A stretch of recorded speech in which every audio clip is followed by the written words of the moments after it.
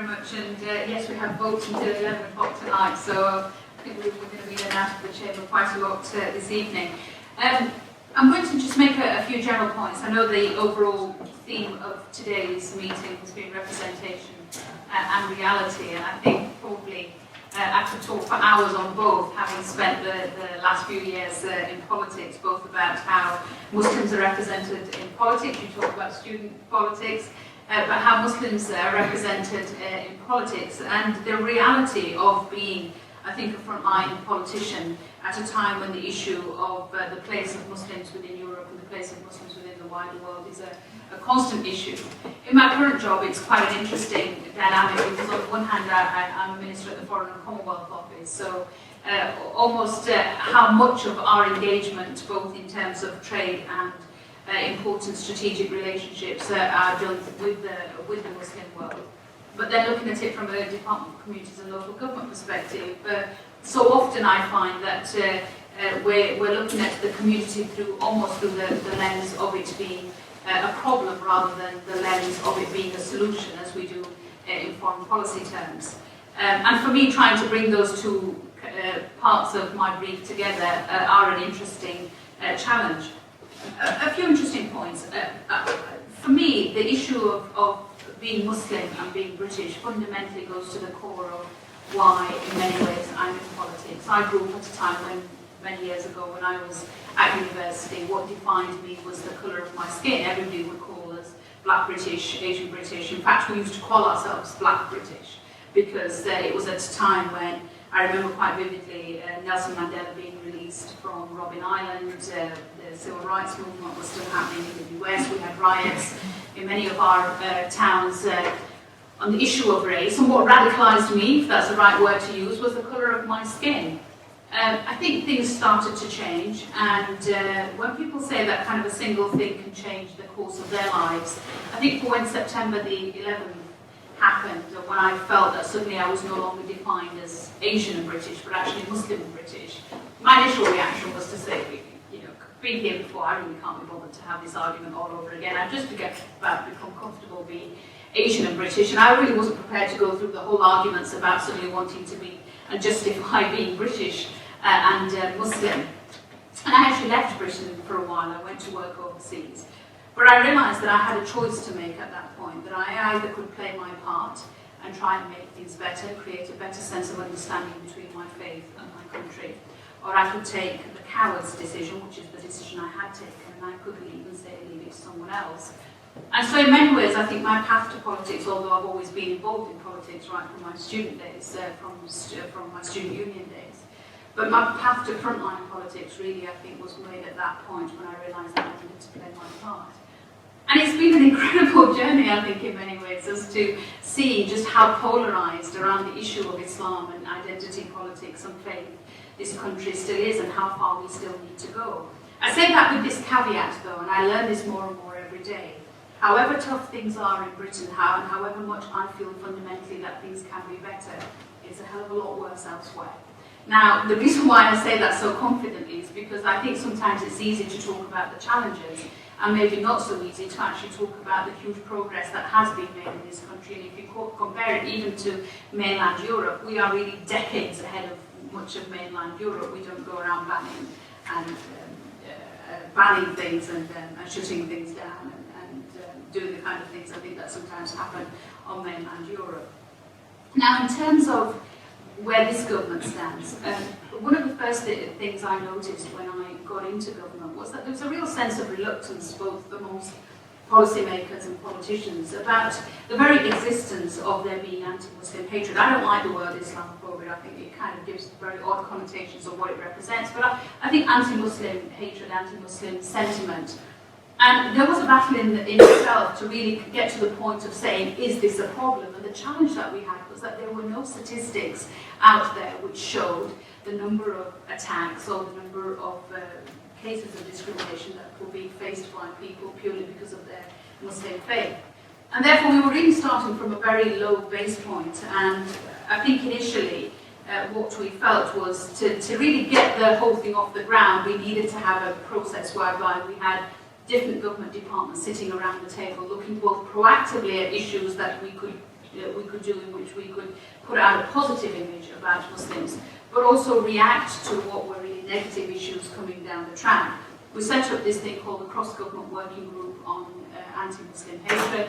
It was a group of different civil servants from across government, along with representations from the British Muslim communities. And again, I was very keen not to have on that people who said, I am a leader within the British Muslim community and I represent X, but actually people who just were extremely successful in their own areas, whatever field they had chosen, but also happened to be Muslim and therefore brought something to the table, which I thought was quite interesting. And through that, alhamdulillah, I think we've achieved quite a lot. We've managed to get off the ground a project called MAMA, which is monitoring anti-Muslim attacks. It's the first time that we've got any form of data which is starting to log the number of incidents of anti-Muslim hatred and anti-Muslim attacks. It's got a long way to go. It's very much in its infancy stage, but we're also talking to ACPO as to whether the disaggregation of data along the lines of individual religions. At the moment, we have data on hate crime against people because of their religion, but we don't disaggregate that in terms of which different religions they are. And we're talking about how that can be done without placing unnecessary burdens on the police.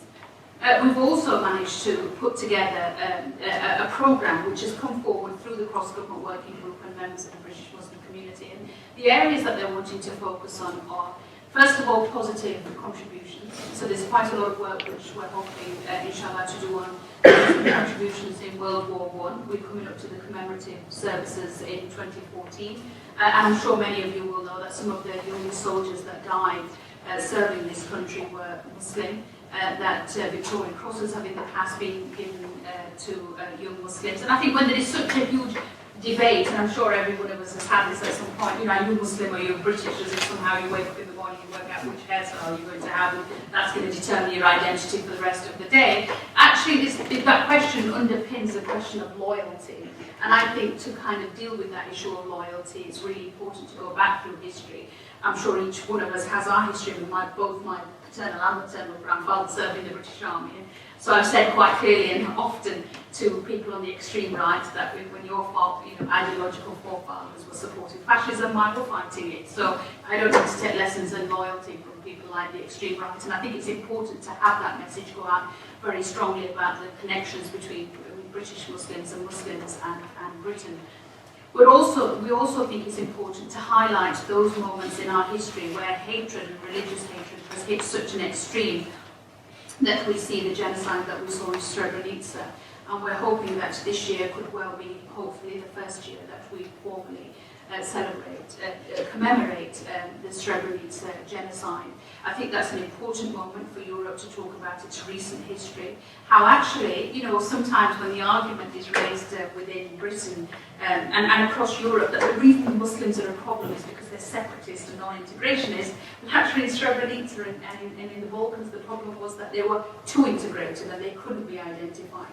And therefore they had to be divided out, even though many of you will know that in Sarajevo, something like 59% of marriages were mixed marriages, intermarriages between Muslims and non-Muslims. So the communities were completely integrated and it still led to this terrible, terrible genocide. And I think it's important to commemorate that moment.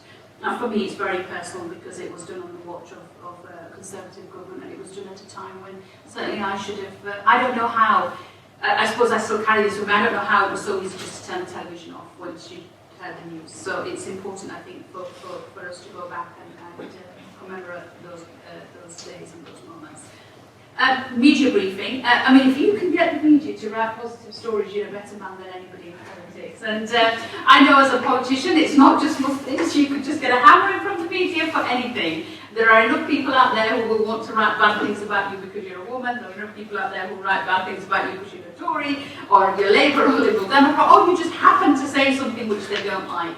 And so I think to some extent we have to accept the fact, and you know, Leveson was a clear example, and you know, Leveson clearly showed that amongst other things, you know, journalists were being encouraged to go out and find completely false stories, for example, about Muslims, because it sold papers, and if it sells papers, the tragedy is they will continue to write absolute nonsense in their papers. But I think what you can do is, I think, which is the point that you raised, what can you do positively and proactively? I did a speech about 2 years ago in which I said that Islamophobia had passed the dinner table test. I think 200 odd articles were written within the first 24 hours, of which 99% were negative. And you know, I was completely knifed in the media for saying that, partly because when I was talking about Islamophobia having passed the dinner table test in nice middle class dinner tables, it was their dinner tables I was talking about, and they knew I was talking about them, and they didn't want me to be talking about them. But it was an important battle to have, and it was an important line to draw in the sand. But what I was saying by that was that it is socially respectable to be anti-Muslim. And that's why the media can get away with saying the things that it does. And if it wasn't as socially acceptable, actually, it wouldn't be happening, because people will be outraged by what was being written in this media. So I think it will take time to change that. Some of that will be done by research, and I did a speech a few months ago, actually, which was 2 years on from the Islamophobia speech.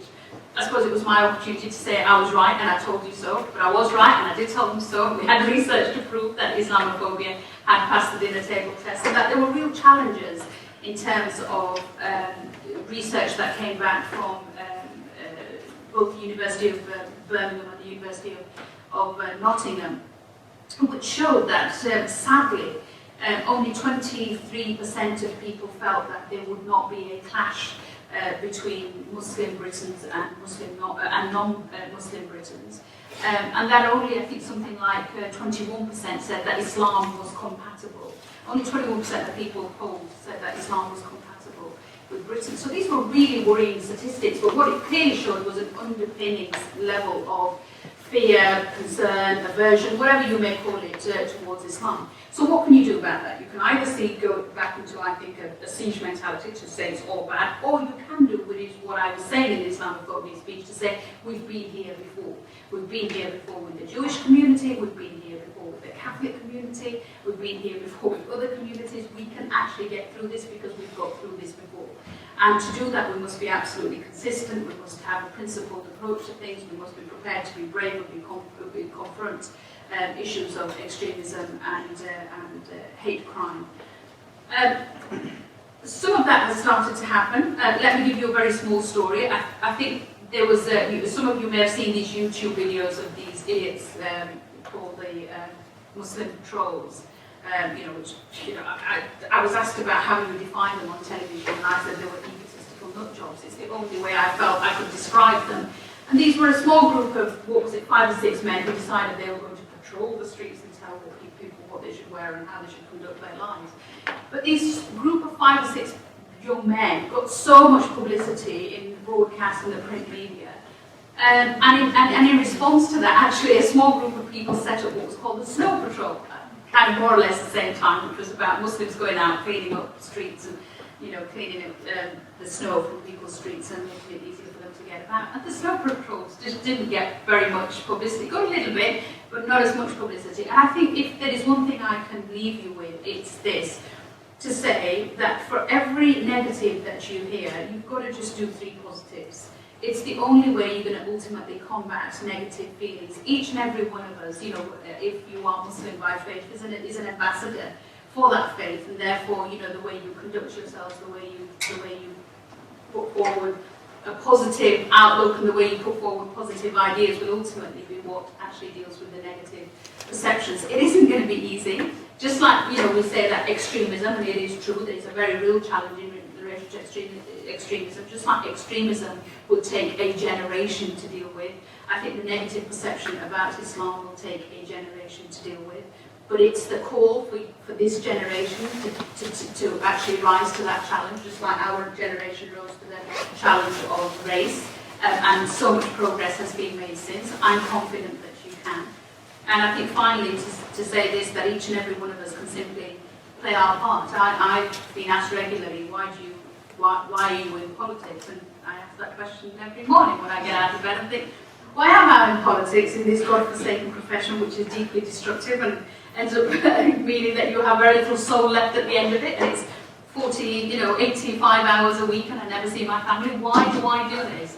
Well, I do this because I fundamentally hope that my kids don't have to. And therefore, I hope that you can find a different way of making that change, which doesn't have to be as destructive as politics.